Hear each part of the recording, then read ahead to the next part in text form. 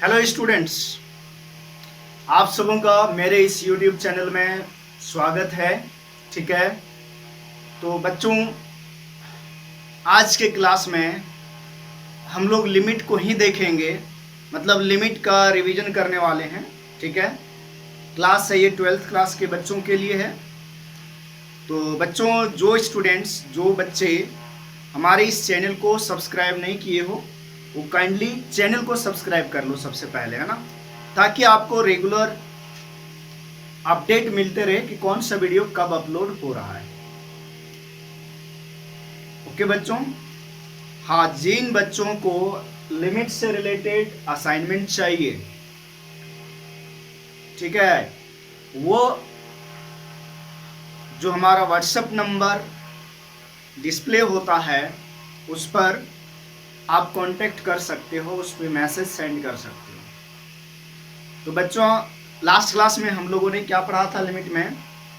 Last class में हम लोगों ने देखा था कि LHL और RHL मतलब लेफ्ट हैंड लिमिट और राइट हैंड लिमिट क्या होता है। एक एग्जाम्पल भी सॉल्व किया था लेफ्ट हैंड लिमिट और राइट हैंड लिमिट से रिलेटेड। आज हम लोग देखेंगे कुछ फंडामेंटल रूल्स, कुछ फंडामेंटल प्रॉपर्टीज जो लिमिट को सॉल्व करने में काम आता है। मतलब किसी फंक्शन का किसी पर्टिकुलर पॉइंट पे लिमिटिंग वैल्यू निकालने के लिए काम आता है, उस रूल्स को देखते हैं, है ना। तो क्लास 12th हम लोग कंटिन्यूटी, जो चैप्टर है कंटिन्यूटी, उस चैप्टर में जो कॉन्सेप्ट काम आता है वो किसका कॉन्सेप्ट होता है? लिमिट का। और वही रिवीजन ऑफ लिमिट हम लोग पढ़ रहे हैं। मैं ये उम्मीद करके चल रहा हूँ कि जो आप लोग 11th क्लास में लिमिट पढ़े हो उसको एक बार रिवीजन करा दें, यानी भूल गए होंगे, हो सकता है माइंड से उठ गया होगा, इसलिए मैं रिवीजन करवा ले रहा हूँ। 1 2 3 क्लास जो भी लगेगा उसमें रिवीजन देख लेते हैं। बच्चों कुछ फंडामेंटल प्रॉपर्टीज है जो आप लोगों को पहले से भी पता है और नहीं पता है तो देख लीजिए। Fundamental properties of limit, fundamental properties of limit. जैसे फर्स्ट प्रॉपर्टी है लिमिट, अगर x टेंड्स टू a लिखा है, f(x) एक फंक्शन है और प्लस या माइनस g(x) दूसरा फंक्शन है। ठीक है, f(x) एक फंक्शन है और प्लस माइनस g(x) एक दूसरा फंक्शन है। तो हम लोग अगर यहाँ बीच में प्लस या माइनस रहता है तो इस लिमिट को हम लोग सेपरेट कर सकते हैं, इस लिमिट को सेपरेट कर सकते हैं इस तरह से। Limit x tends to a, f(x) plus रहेगा तो प्लस लिखेंगे, माइनस रहेगा तो माइनस लिखेंगे। फिर limit x tends to a g(x). यानी सिंपल सी बात यह है, क्या समझना है इसमें कि अगर यहाँ limit x tends to a है और यहाँ बहुत सारे फंक्शन प्लस माइनस में है, तो ये जो लिमिट लगेगा ना वो सभी फंक्शन में लगेगा। लिमिट जो लगेगा सभी फंक्शन में लग जाएगा। दूसरा है बच्चों कि limit x tends to a, f(x) एक फंक्शन है और मल्टीप्लाई में g(x) एक दूसरा फंक्शन है। तो ये जो लिमिट जाएगा x टेंड्स टू a, ये f(x) के लिए भी है और ये g(x) के लिए भी है। यानी कैसे लिखा जाए? Limit x tends to a f(x) into limit x tends to a g(x), limit x tends to a g(x). ये दोनों फंक्शन के लिए है। सिमिलरली अगर मान लीजिए डिवीजन में रहा, limit x tends to a f(x) divided by g(x), तो यहां पर भी ये जो लिमिट है ये ऊपर वाले फंक्शन में भी लग रहा है और नीचे वाले फंक्शन में भी लग रहा है। तो कैसे लिखा जाएगा? Limit x tends to a f(x) divided by limit x tends to a g(x). और सपोज दैट, लेकिन यहां पर एक चीज ध्यान में रखना है कि limit x tends to a जो है f(x) और g(x) दोनों में लगता है, इस तरह से सेपरेट करके लिख सकते हैं। लेकिन एक बात है कि जो डिनोमिनेटर में लिमिट का जो वैल्यू आएगा x tends to a g(x), जो भी चीज आएगा वो 0 के इक्वल नहीं होना चाहिए। आप सभी लोग जानते हो क्या जानते हो बच्चों कि डिनोमिनेटर का वैल्यू कभी भी 0 नहीं होता है। डिनोमिनेटर का वैल्यू कभी भी 0 नहीं होता है, ये आप सभी लोग जानते हो। ठीक है, नेक्स्ट प्रॉपर्टी जो है बच्चों, अगर लिमिट x टेंड्स टू ये है और एक फंक्शन f(x) है और इसके पावर में एक फंक्शन gx है, फंक्शन f(x) है और उसके पावर में फंक्शन gx है, तो बच्चों सिमिलर उसी टाइप का कि ये जो लिमिट लगेगा ये f(x) में भी लगेगा और gx में भी लगेगा।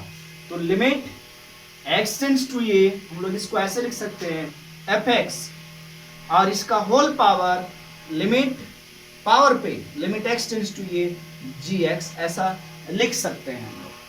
प्रॉपर्टीज नंबर 5 है, अगर लिमिट x टेंड्स टू ये है और यहां पर फंक्शन में कोई कांस्टेंट k मल्टीप्लाई है, अगर फंक्शन में कोई कांस्टेंट k मल्टीप्लाई रहेगा, अगर फंक्शन में कोई कांस्टेंट k मल्टीप्लाई रहेगा तो आप इस कांस्टेंट को बाहर कर लेंगे लिमिट से, तो k इनटू हो जाएगा लिमिट x टेंड्स टू ये f(x), limit x tends to ये f(x). ये कुछ फंडामेंटल रूल था जो आप लोगों ने पढ़ा था, बेसिक रूल है ना, और बहुत सारे रूल्स हैं, लेकिन ये बेसिक रूल्स हैं, बेसिक प्रॉपर्टीज हैं जो आपको ध्यान में रखना है। चलिए बच्चों राइट डाउन कर लो, कॉपी कर लो आप इसको। ठीक है,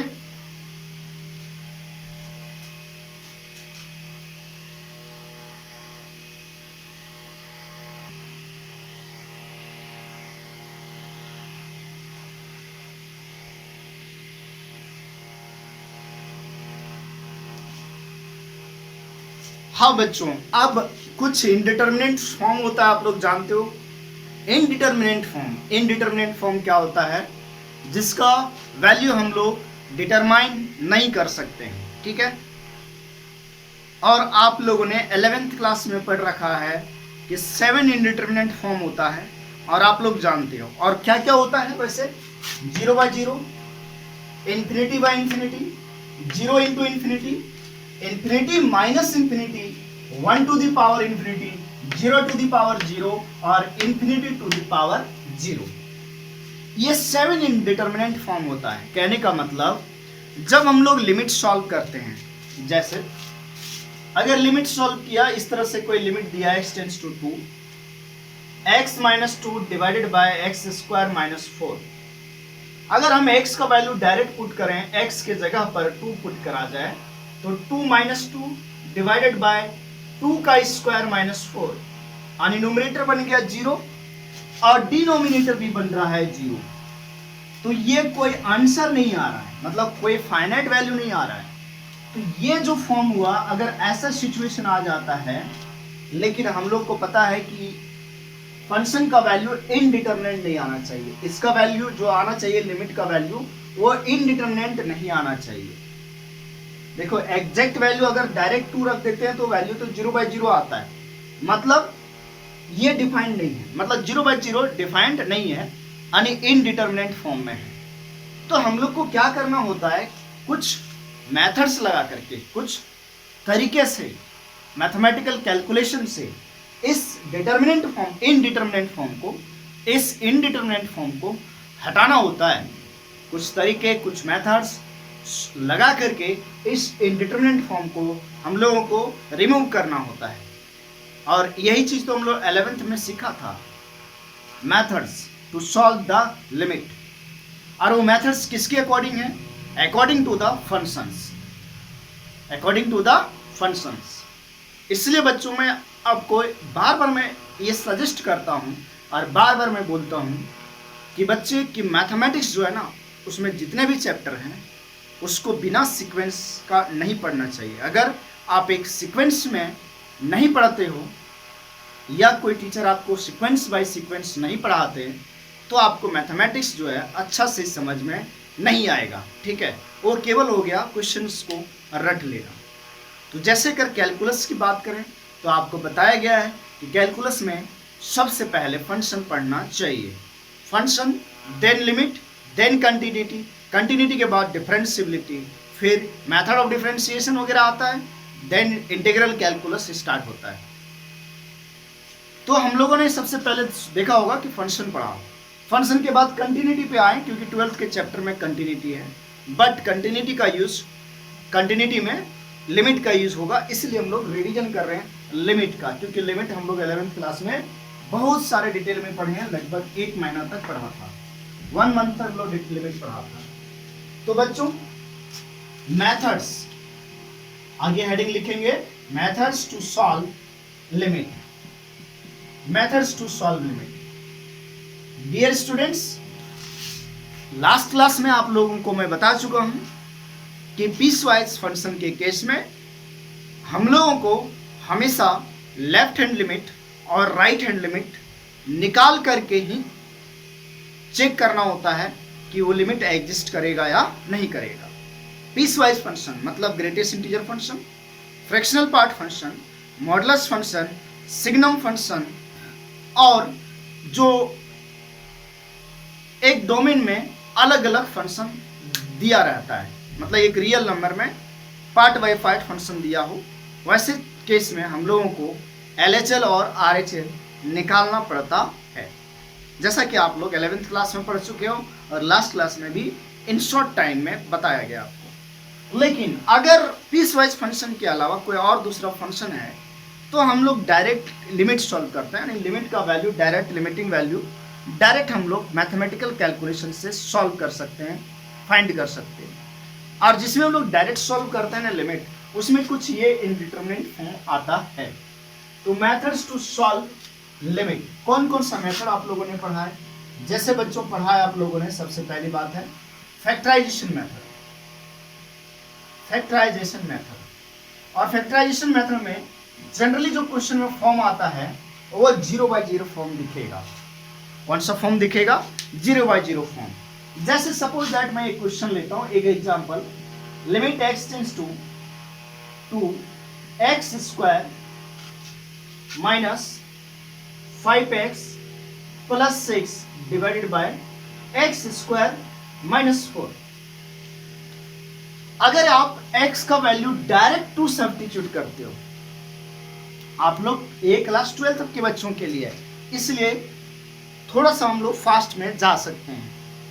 x का वैल्यू अगर हम लोग 2 पुट करते हैं तो देखो क्या आ रहा है, 2 का स्क्वायर 4 माइनस 5 2 जा 10 प्लस 6 डिवाइडेड बाय 2 का स्क्वायर 4 माइनस 4।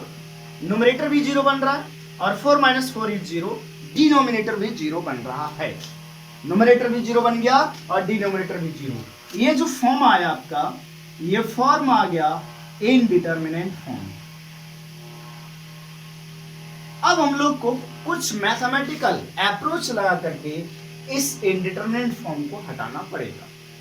आप सभी लोग जानते हो कैसे हटाया जाए, कि अगर रैशनल फंक्शन रहा 0/0 फॉर्म बन जाता है, रैशनल फंक्शन या कोई भी फंक्शन रहा इस तरह से, अगर 0/0 फॉर्म बन रहा है बच्चों, तो 100% फैक्टराइजेशन अप्लाई होगा।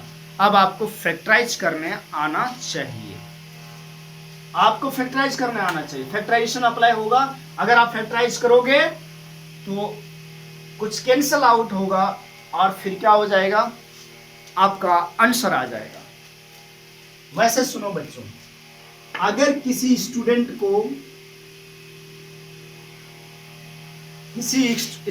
को वो जो फैक्टराइजेशन का लॉ होता है, अगर वो तरीका पता है, जैसे हम लोग x बराबर अगर 2 रख रहे हैं, यहाँ पर x बराबर 2 रख रहे हैं, तो ऊपर भी 0 बन जा रहा है और नीचे भी 0 बन जा रहा है। तो according to the factor theorem, अगर x बराबर ये रखते हैं किसी पॉलिनोमियल में, मान लो px में x इक्वल टू ये रखा और ये पॉलिनोमियल p 0 बन गया, तो हम लोगों ने पढ़ा है कि x माइनस ये, मतलब ये इधर आ जाएगा लेफ्ट साइड में, तो क्या बनेगा, x माइनस ये एक फैक्टर होगा, इज अ फैक्टर ऑफ किसका, पॉलिनोमियल px का फैक्टर बनेगा। ये हम लोगों ने 10th या 9th क्लास में पढ़ रखा है फैक्टर थ्योरम।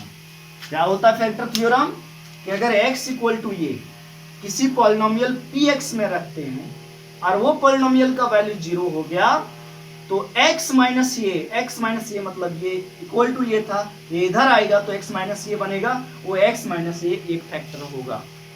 तो यहाँ सोचने वाली बात ये है, यहाँ जानना क्या है कि अगर हम x बराबर 2 रख दे रहे हैं यहाँ पर न्यूमरेटर में, और ये न्यूमरेटर 0 बन जा रहा है, इसका मतलब x माइनस 2 एक फैक्टर होगा किसका, इस पॉलिनोमियल का।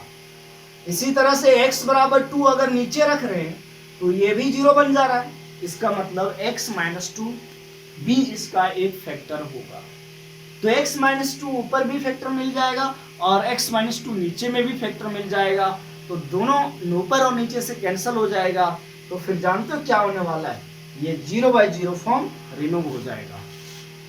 तो बच्चों आप 12th क्लास में हो, आप लोग को इन शॉर्ट में ये बात समझ में आ गया होगा। मैं इतना इसलिए समझा रहा हूँ कि मैं ज़्यादा एग्जाम्पल्स नहीं लूँगा, आपको बस समझा दे रहा हूँ, रिवीजन करवा दे रहा हूँ क्या होगा।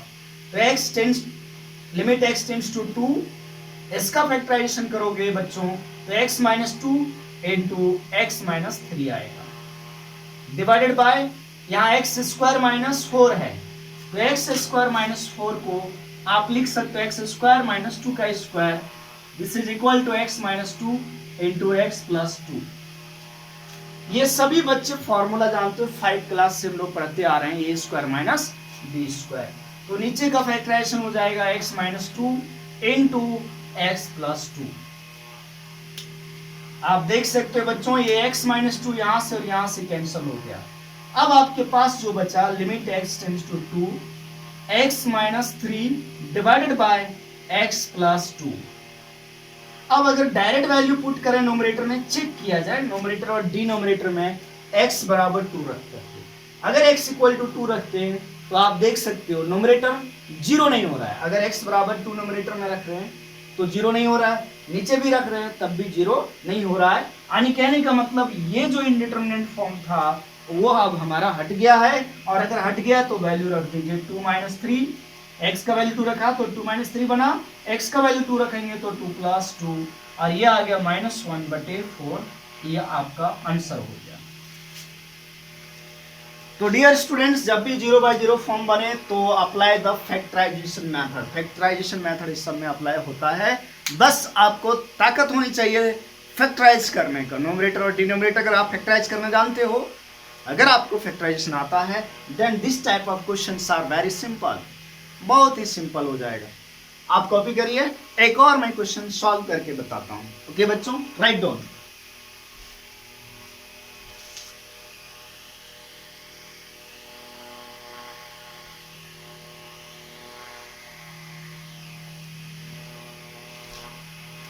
क्या बच्चों आप लोगों को ये क्वेश्चन दिखाई दे रहा है? अगर दिखाई दे रहा है तो अगर हम x का वैल्यू डायरेक्ट 2 सब्स्टिट्यूट कर दें तो देखो सिस्टम में क्या हो रहा है।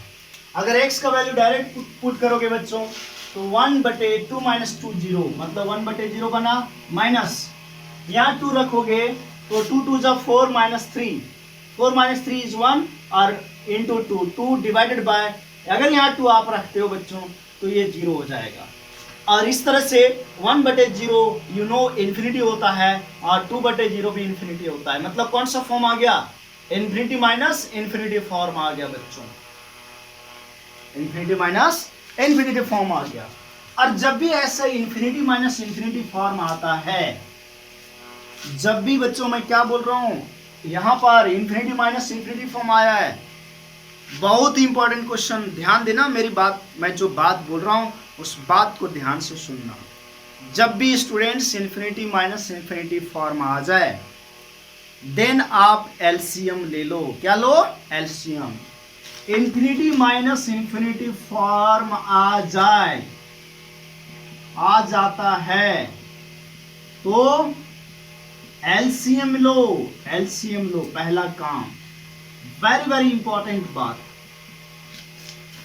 अगर इन्फिनिटी माइनस इन्फिनिटी फॉर्म आ जाता है तो आप एलसीएम लो, और जैसे एलसीएम लेके सॉल्व करोगे तो फिर ये 0/0 फॉर्म आ जाएगा। अगर आप एलसीएम ले लेते हो तो फिर क्या मिल जाएगा आपको?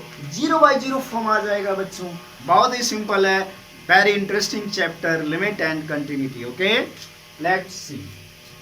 चलो देखो बच्चों, यहाँ पर मैं एलसीएम ले रहा हूँ, तो x माइनस टू, अच्छा एलसीएम लेने से पहले इस ये फैक्टराइज हो जाएगा, क्यों? x का वैल्यू अगर 2 रख रहे हो तो ये 0 हो जा रहा है, इसका मतलब ये फैक्टराइज होगा। चलिए बच्चों फैक्टराइज करते हैं, देखते हैं कैसे फैक्टराइज होगा। तो यहाँ से देख सकते हो एक x कॉमन आ रहा है आपका, और x कॉमन आ जाएगा तो क्या बचेगा, x square minus 3x plus 2। Any problem? कोई दिक्कत है बच्चों? यहाँ तक देख लो बढ़िया से मैंने क्या किया। Now limit x tends to 2 into limit x tends to 2, 1 divided by x minus 2 minus 2 into 2x minus 3 divided by x। अब इसका फैक्टराइजेशन करें बच्चों तो ये कुछ भी नहीं है, x minus 2 into x minus 1 है। मैं ये मान के चल रहा हूँ कि आपको फैक्टराइजेशन आता है, और अगर आपको फैक्टराइजेशन नहीं आता है तो आप जो आपके भाई या बहन सिस्टर्स या जो भी अंकल्स वगैरह जो होंगे किसी से पूछ लेना, आराम से बता देगा। अगर कोई 9th-10th का बच्चा उससे पूछ लोगे तो फैक्टराइजेशन आपको समझा देगा, ठीक है। आप यहाँ 12th पढ़ रहे हो बच्चों, फैक्टराइजेशन नहीं सीख रहे हो। तो 2 into 2x minus 3 divided by x into x minus 2 into x minus 1। बच्चों मैं बेसिक मैथमेटिक्स में बता चुका हूँ कि एलसीएम कैसे लिया जाता है। तो एलसीएम क्या आएगा, ये पूरा आ जाएगा ना एलसीएम। देखो इसमें ये भी शामिल है, इसमें ये भी शामिल है, तो एलसीएम यही हो जाएगा। अगर बच्चों कोई बड़ा एक्सप्रेशन इस तरह से दिखे, कोई बड़ा फैक्टराइजेशन इस तरह से दिखे, और उसमें बाकी लोग भी शामिल है, बाकी डिनोमिनेटर शामिल है, तो एलसीएम वही होगा। मतलब एलसीएम यहाँ होगा x into x minus 2 into x minus 1। अब देखो बच्चों यहाँ पर इसके नीचे x माइनस 2 है, क्या नहीं है, जो एलसीएम दिया उसमें से क्या नहीं है, x इंटू एक्स माइनस 1 नहीं है, तो x इंटू एक्स माइनस 1 आ जाएगा, माइनस 2 इंटू 2x माइनस 3, ये आ गया। चलिए अब सॉल्व करा जाए भाई, सॉल्व करते हैं। इसको मल्टीप्लाई करोगे एक्स स्क्वायर माइनस एक्स आएगा माइनस 4x और minus minus plus 6 divided by x into x minus 2 into x minus 1। Very simple, बहुत ही सिंपल है ना। यू कैन सी हियर, आप आगे देख सकते हो बच्चों कि लिमिट x टेंड्स टू 2। अब यहाँ क्या बन रहा है, x square minus 5x plus 6, x square minus 5x plus 6 divided by x minus x into x minus 2 into x minus 1। अब अगर 2 आप रखते हो, 2 रखते हो तो क्या हो रहा है बच्चों, ये 4 माइनस 10 प्लस 6, मतलब 4 प्लस 6 इज 10 माइनस 10 इज 0, मतलब 0/0 फॉर्म आ गया। अब ये 0/0 फॉर्म आया, और 0/0 फॉर्म आता है तो आपको क्या तरीका बताया है, 0/0 फॉर्म आया तो आपको बताया गया है क्या करें, फैक्टराइजेशन करें। So simple, do factorization. तो फैक्टराइजेशन न्यूमरेटर का जो होगा बच्चों वो क्या होने वाला है, x minus 2 into x minus 3 divided bye, नीचे तो फैक्टराइज है ही, क्या है नीचे, x into x minus 2 into x minus 1। अब जो उड़ रहा है, मतलब जो कट रहा है उसको काट दीजिए, ये और ये दोनों कट गया। अब कटने के बाद देख सकते हो कि x का वैल्यू 2 रखते हैं तो न्यूमरेटर 0 नहीं बन रहा है, 2 माइनस 3 इज माइनस 1, और डिनोमिनेटर भी 0 नहीं बन रहा है। तो चलिए रख देते हैं x का value 2 minus 3 divided bye 2 into 2 minus 1, this is minus 1 numerator में, और 2 into 1 is 2, and answer is finally minus 1/2। बात क्या होता है बच्चों, कट जाने के बाद ये 0/0 फॉर्म हट जाएगा। क्यों हटेगा, जिस फैक्टर के वजह से ये 0 बन रहा था वो फैक्टर ऊपर और नीचे से कैंसल आउट हो जा रहा है, तो ये हट गया। ठीक है बच्चों, चलिए राइट डाउन, आप कॉपी करिए, इसको कॉपी करो।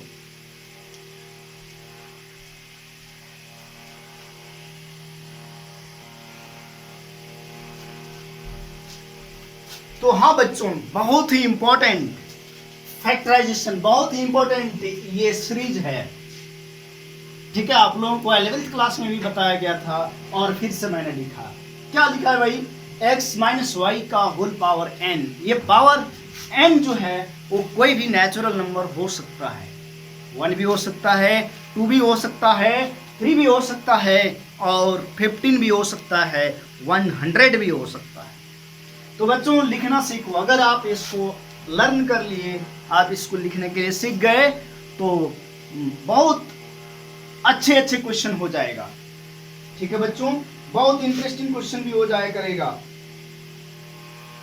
ओके डियर स्टूडेंट्स, यहाँ पर थोड़ा सा मिस्टेक है। ये ऐसा लिखा जाएगा एक्सप्रेशन x पे पावर n माइनस y पे पावर n, और यहाँ पर x पे पावर n प्लस y पे पावर n।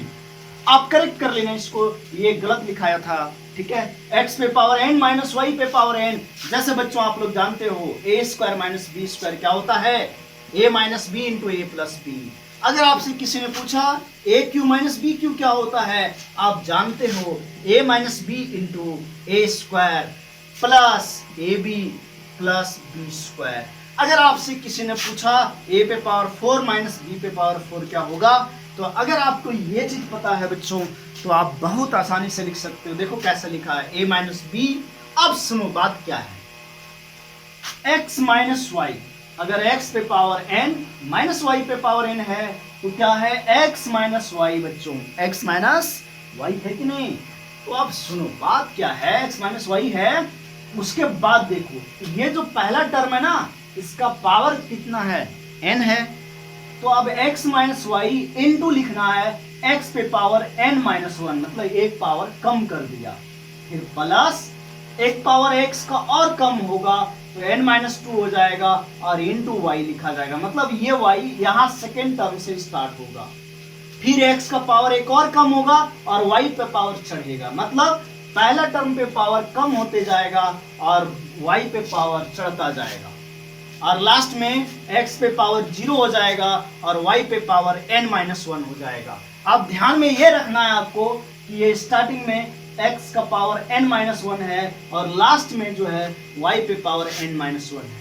ठीक है, इसी तरह बच्चों x पे पावर n प्लस y पे पावर n के लिए है x प्लस y, और डिफरेंस क्या है इसमें plus minus alternate sign change होते जाता है। और एक चीज और डिफरेंस है कि n का वैल्यू यहाँ पर, ये फॉर्मूला जो है वो वैलिड है for any natural number, but ये जो फॉर्मूला है ये वैलिड है for odd natural number only. जैसे a पे पावर 4 माइनस b पे पावर 4 है तो हम लिख सकते हैं a minus B A cube, क्योंकि पावर 4 था एक कम हो गया, प्लस ए स्क्वायर, एक पावर और कम करो a स्क्वायर और इनटू b। अब b एग्जिस्ट करने लगेगा, सेकेंड टर्म से b स्टार्ट हो जाएगा, फिर a का पावर एक और कम हुआ और b का पावर चढ़ गया, फिर a का पावर एक और कम हो गया तो 1 माइनस 1 पे पावर a पे पावर 1 है और a पे पावर 1 माइनस 1 0 हो जाएगा, और यहाँ क्या हो जाएगा, यह फॉर्मूला होता है। बहुत इजी है भाई, very simple to write down the formulas. Okay, if you learn this two formulas, two expression, you can solve these types of problems अगर आपको फैक्टराइजेशन करना आता है तो। जैसे फॉर एग्जांपल डियर स्टूडेंट्स, जैसे अगर लिमिट के क्वेश्चन में ये दिया गया, जैसे सॉल्व करना है हम लोग को, क्या सॉल्व करना है बच्चों, ये limit x tends to a, x पे पावर n माइनस a पे power n divided by x minus a, क्या आएगा। अब बोलोगे सर ये तो फॉर्मूला होता है ना, सिंपल सी बात है, आप लोगों ने 11th क्लास में लर्न कर रखा है, इसको याद किया है, ये फॉर्मूला होता है। लेकिन फॉर्मूला आता कहाँ से है वो आपको बता दें तुरंत, बहुत ही आसान से। अगर x का वैल्यू तुम ये पुट कर दो तो ये 0/0 फॉर्म बन रहा है, you can see here 0/0 form बन रहा है। तो नीचे तो x माइनस ये फैक्टराइज फॉर्म में है, ऊपर को फैक्टराइजेशन करना पड़ेगा, तो ऊपर में क्या ये रूल लगा सकते हैं, तो लगाइए limit x tends to a, इसको लिख सकते हैं x minus a into x पे power n minus 1 plus x का पावर एक और घटेगा तो n माइनस 2 और ये इंटू ये हो जाएगा, प्लस x का power n minus 2 n minus 3 ये स्क्वायर प्लस x का पावर n माइनस 4 इंटू ये क्यूब, एंड एट लास्ट बचेगा बच्चों a to the power n minus 1 divided by x minus a। कोई दिक्कत, देखो बहुत ही सिंपल था। अब क्या हुआ, ये दोनों कैंसिल हो गया, अब ये दोनों कैंसिल हो गया, डिनोमिनेटर में कुछ है ही नहीं, 1 है, तो अब डायरेक्ट x का वैल्यू, x के जगह पर हम ये सब्स्टिट्यूट कर देंगे। तो क्या होगा बच्चों, a पे पावर n माइनस वन, यहाँ x की जगह ये रखा तो a पे power n minus one plus a पे power n minus two into A plus a पे power n minus three into A square plus यहाँ x की जगह ये रखें a पे power n minus four into A cube plus last में a पे पावर n माइनस वन। देखो बच्चों होगा क्या, a पे power n minus one plus, अब ये देखो पावर वन है इसके ऊपर तो n minus one plus one कितना हो जाएगा, a पे पावर n माइनस वन। इसी तरह ये हर एक टर्म n माइनस वन बन रहा है, आप देख सकते हो ये हर एक टर्म क्या बन रहा है, n माइनस वन।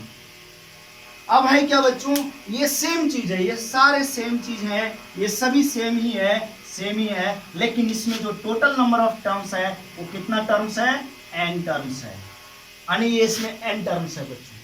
और अगर n टर्म्स है तो क्या होगा, जैसे हम लोग का 2 प्लस 2 प्लस 2 तीन बार रहता है तो इसको हम लोग लिखते हैं 3 इंटू 2। अगर ये 2 प्लस 2 प्लस 2 प्लस 2 चार बार है तो हम लोग लिखते हैं 4 गुने 2। अगर ये वाला चीज n टाइम्स है तो इसको लिखेंगे n इंटू ए पे पावर n माइनस वन, ये फॉर्मूला। और आप लोगों ने बच्चों यही फॉर्मूला पढ़ रखा है, आप पढ़ रखे हो फॉर्मूला, है ना, क्या पढ़ रखे हो फॉर्मूला बच्चों। अब इसको याद भी रखना है, आपको याद रखना है फॉर्मूला। देखो लिमिट का फॉर्मूला आपको ये याद रख लेना है और जहां भी अप्लाई होगा वो अप्लाई करना है आपको। क्या फॉर्मूला है, this is the formula limit x tends to a x to the power n minus a to the power n divided by x minus a is equal to n into a to the power n minus one. अब सुनो formula ही apply कहां करेंगे, जैसा यहां है वैसा नीचे दिखना चाहिए और फॉर्म कैसा बनना चाहिए, 0 बाय 0 फॉर्म, 0 बाय 0 फॉर्म बन रहा हो और जैसा यहां पर है वैसा यहां दिखे, then you can use this formula. For example limit x tends to 2 दिया है और x पे पावर 4 माइनस 2 पे पावर 4 डिवाइड x माइनस 2 है। अगर आप यहाँ पर 2 रखते हो तो 2 पे पावर 4 माइनस 2 पे पावर 4 जीरो बन गया नोमिनेटर और डिनोमिनेटर भी जीरो बन रहा है। तो हम या तो इसको फैक्टराइज कर लो और फैक्टराइज करने के लिए x पे पावर n माइनस y पे पावर n का फॉर्मूला लगाना होगा। अगर इसको फैक्टराइज करना है तो कौन सा फॉर्मूला अप्लाई करना पड़ेगा, x to the power n minus y to the power n। लेकिन अगर इस फॉर्मूला में डायरेक्ट फिट बैठ रहा है तो हम उतना क्यों लगाएंगे भाई, जल्दी कर लेंगे। तो क्या बैठ रहा है फिट, देखो n का वैल्यू 4, n का वैल्यू कितना है 4 गुने ये a के जगह पर कितना भाई 2 और पावर में क्या होता है n minus one, 4 minus one, तो क्या हो गया 4 इंटू 2 पे पावर 3 मतलब 4 इंटू 8 और 8 चौक होता है 32, ये आपका आंसर होता है। तो बच्चों इस कॉन्सेप्ट के बारे में भी आप लोगों ने 11th क्लास में पढ़ रखा है, तो जब भी ऐसा सिचुएशन आए इस फॉर्मूले को आप अप्लाई कर लेना। चलिए कॉपी कर लीजिए, बहुत इंपॉर्टेंट है ये सारी बातें, ये सब कंटिन्यूटी में यूज होने वाला है। चलिए बच्चों राइट डाउन।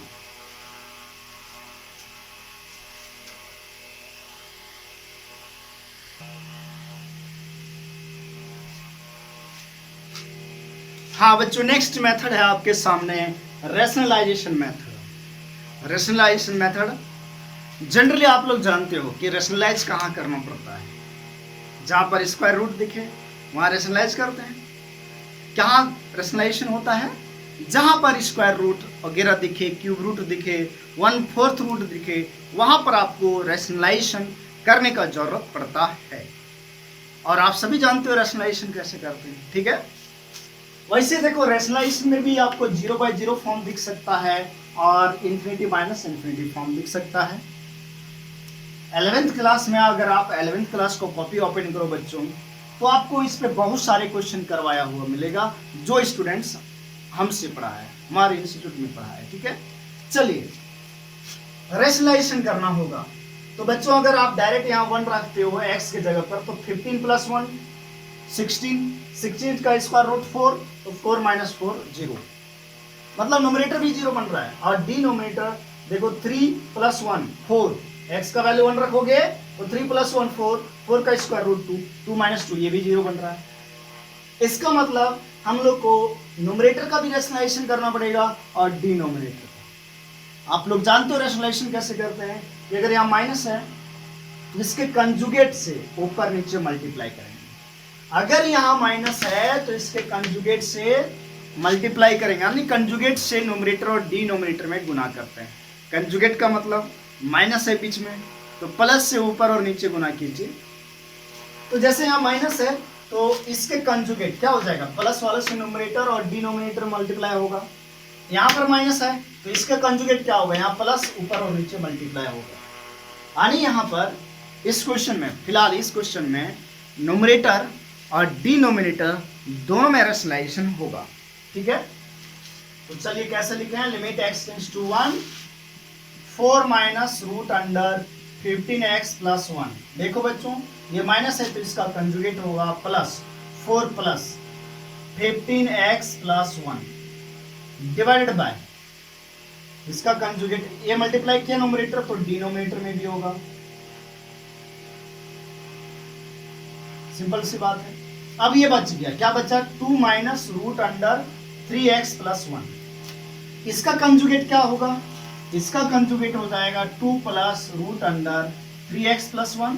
तो डिनोमिनेटर में इसका कंजुगेट मल्टीप्लाई हुआ और यही चीज न्यूमरेटर में भी होगा 2 plus root under 3x plus 1। देखो यहाँ माइनस था तो इसके कंजुगेट से ऊपर नीचे मल्टीप्लाई कर दिया। ये माइनस है यहाँ तो इसके कंजुगेट क्या होगा, प्लस वाला ऊपर नीचे मल्टीप्लाई किया। आप देख सकते हो अगर ये और ये कैंसिल कर दोगे और फिर यहाँ और यहाँ कैंसिल करोगे तो यही बचेगा। कोई फर्क पड़ा क्या एक्सप्रेशन में, नहीं। यही होता है ना रेशनलाइजेशन, आप सभी लोग जानते हो बच्चों, बहुत अच्छे तरह से जानते हो। लिमिट x टेंड्स टू 1, देखो ये माइनस बी इंटू ये प्लस बी दिख रहा है। अगर ये दोनों कॉम्बिनेशन देखो तो आपको इस तरह से दिख रहा है, ए माइनस बी इंटू ये प्लस बी, और ये होता है बच्चों A square minus B square. ठीक है, A square minus B square. तो यहाँ 4 का स्क्वायर क्या हो जाएगा, 4 square minus root under 15x plus 1 का स्क्वायर, ये हो गया दोनों मिलकर के, ये अप्लाई हुआ, इंटू 2 प्लस ये बच गया है root under 3x plus 1 divided by, similarly देखो ये 4 plus root under 15x plus 1, ये किसी के साथ नहीं जा रहा था लेकिन ये दोनों फॉर्मूला बना रहा है। कौन सा फॉर्मूला बना रहा है, ये वाला। तो यहाँ लग जाएगा 2 का square minus root under 3x plus 1 का स्क्वायर हो गया। ठीक है, अब देखो लिमिट x टेंड्स टू 1, 4 का स्क्वायर 16 और ये रूट और स्क्वायर कट गया तो माइनस ऑफ 15x प्लस 1 हुआ, into 2 plus root under 3x plus 1 हो गया, जैसा है वैसा, डिवाइडेड बाय यहाँ पर जो है वो रखो 4 प्लस 15x प्लस 1। इसमें कोई कैलकुलेशन नहीं होगा लेकिन इसमें होगा ये 4 माइनस स्क्वायर और रूट हटा 3x प्लस 1। यहाँ तक कोई दिक्कत नहीं होना चाहिए। चलो बच्चों आगे देखो, ऊपर क्या होने वाला और देखते हैं, और कैलकुलेशन आगे क्या होगा। ठीक है, आगे कैलकुलेशन क्या होगा आप देखो, यहाँ तक कोई दिक्कत नहीं, कॉपी कर लिया होगा आप लोगों ने। चलो बच्चों आगे देखो, लिमिट x टेंड्स टू 1। अब सुनो, 16 में से 1 घटेगा, ये प्लस माइनस 1 हो जाएगा ना, 16 में से 1 घटेगा, कितना बचेगा 15 और minus 15x into 2 plus root under 3x plus 1 divided by 4 plus root under 15x plus 1 into, देखो 4 में से 1 घटेगा, 4 बचेगा, 3 बचेगा ना, 3 माइनस ये माइनस 3x हो जाएगा।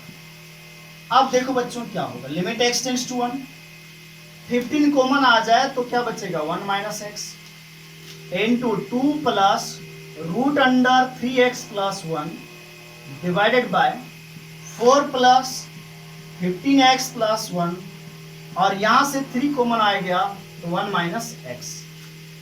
इतना कैलकुलेशन करने के बाद आप देखो क्या उड़ रहा है, क्या कैंसिल हो रहा है, कैंसिल क्या हो रहा है, ये x माइनस 1 और x माइनस 1 कैंसिल हो जा रहा है।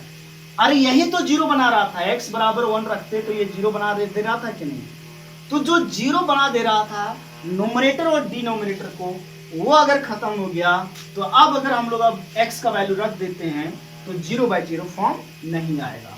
तो x का वैल्यू रखो 15 इंटू, ये तो कट गया 2 प्लस x का वैल्यू 1 रखोगे तो 3 into 1 plus 1 divided by 4 plus x का वैल्यू 1 रखें तो 15 इंटू 1 प्लस 1 इंटू क्या बच गया है 3। तो देखो बच्चों क्या हुआ, अगर आप इसको सॉल्व करते हो तो 3 प्लस 1 4 हो जाएगा ना, और 4 का स्क्वायर रूट क्या होगा, 4 का स्क्वायर रूट 2, तो यहाँ 2 प्लस ये 2 आ रहा है डिवाइडेड बाय 4 प्लस ये 16 का स्क्वायर रूट 4, 4 प्लस 4 इंटू 3, तो हो गया ये 15 चौक 60, 15 गुणे 4 60, और 4 4 8, 8 तिया कितना होता है 24। तो ये सिंप्लीफाई हो जाएगा 30/12, यानी 12 चौक 12 25 60 होता है, 12 25 60 और 12 दूना 24, ये 5/2 आंसर हो गया। तो बच्चों जब भी स्क्वायर रूट रहा और इन्फिनिटी बाय सॉरी 0/0 मतलब स्क्वायर रूट वगैरह रहा, 0/0 फॉर्म बन रहा है या इन्फिनिटी माइनस इन्फिनिटी फॉर्म बन रहा है, तो आप क्या करोगे, रेशनलाइजेशन करोगे। व्हाट इज द रेशनलाइजेशन, जो कंजुगेट होता है उससे हम लोग न्यूमरेटर और डिनोमिनेटर में मल्टीप्लाई करते हैं, न्यूमरेटर में भी मल्टीप्लाई करते हैं और डिनोमिनेटर में। चलो तो आज के लेक्चर में हम लोग यहीं तक रखते हैं बच्चों, थैंक यू।